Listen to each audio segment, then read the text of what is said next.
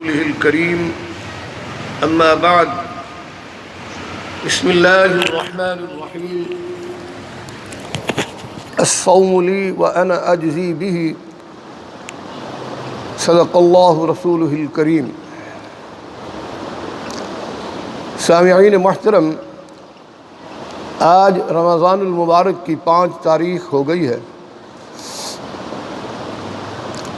اور اللہ تبارک و تعالیٰ کا یہ عظیم الشان مہمان بڑی تیزی کے ساتھ اپنا سفر جاری رکھے ہوئے ہے۔ آج کے درس قرآن و حدیث میں جو حدیث مبارکہ آپ حضرات کے سامنے پڑھی گئی ہے، اس کے بارے میں رسول اللہ صلی اللہ علیہ وسلم کا ارشاد گرامی ہے کہ اللہ تعالیٰ فرماتے ہیں کہ روزہ میرا ہے اور میں خود ہی اس کی جزا ہوں۔ اللہ تعالیٰ فرماتے ہیں کہ یہ روزہ میرا ہے اور میں خود ہی اس کی جزا ہوں۔ سبحان اللہ، کتنی بڑی بات ہے۔ روزے کا اصل جو مقصد ہے وہ ہے تقوی کا حصول، تقوی حاصل کرنا۔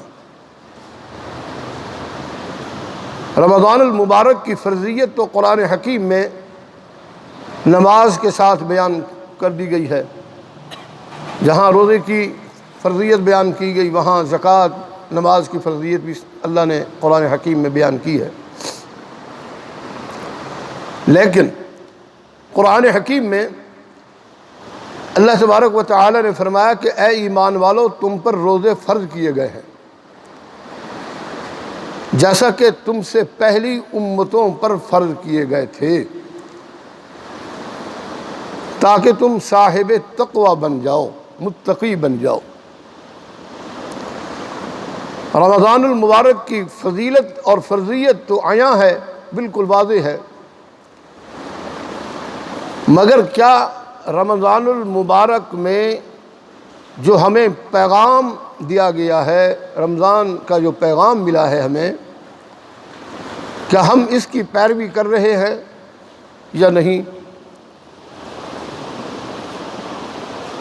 یہ ایک دعوت ہے، فکر ہے کہ رمضان المبارک کی فرضیت اور فضیلت تو ہے ہی، مگر کیا رمضان المبارک میں جو ہمیں پیغام دیا گیا ہے اس کی ہم پیروی کر رہے ہیں یا نہیں؟ رمضان المبارک کا استقبال تو بڑے جوش و جذبے کے ساتھ ہم کرتے ہیں، مگر اس کے اصل مقصد اور پیغام کو ہم بھول چکے ہوتے ہیں۔ روزے کا مقصد صرف بھوکا رہنا نہیں ہے، پیاسا رہنا نہیں ہے،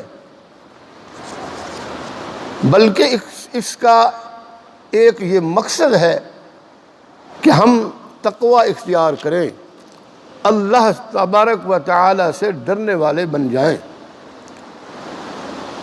صبر کریں، اپنے ہر عضو کو قابو میں رکھیں، کیونکہ اللہ تبارک و تعالی کو ہمارا بھوکا رہنے سے کوئی سروکار نہیں ہے۔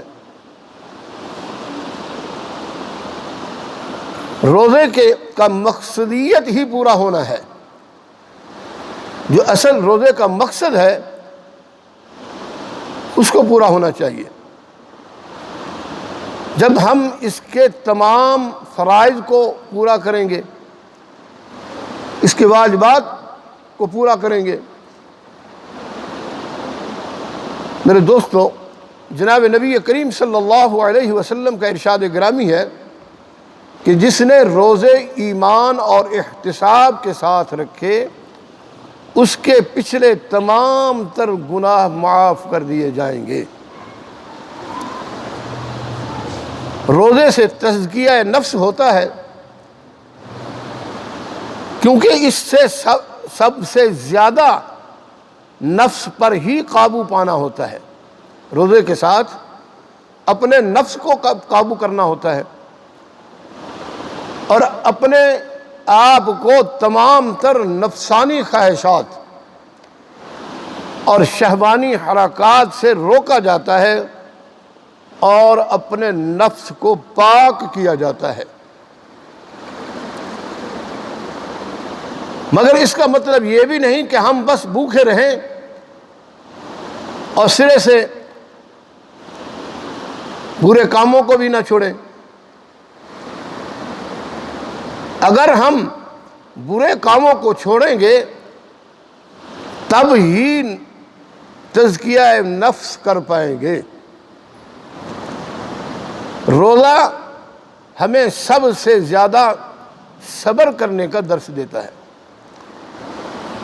اگر ہم پورے مہینے میں کھانے پینے سمیت مختلف گناہوں اور مختلف برائیوں والے کاموں کو چھوڑ دیتے ہیں، اس سے رک جاتے ہیں، تو کیا ہم اسے اپنی زندگی کا حصہ نہیں بنا سکتے پورے سال کے لیے؟ سال کے 12 مہینوں میں ایک مہینہ تو ہم اپنے نفس کو قابو کرتے ہیں، شاید شہوانی حرکات پر قابو پا لیتے ہیں،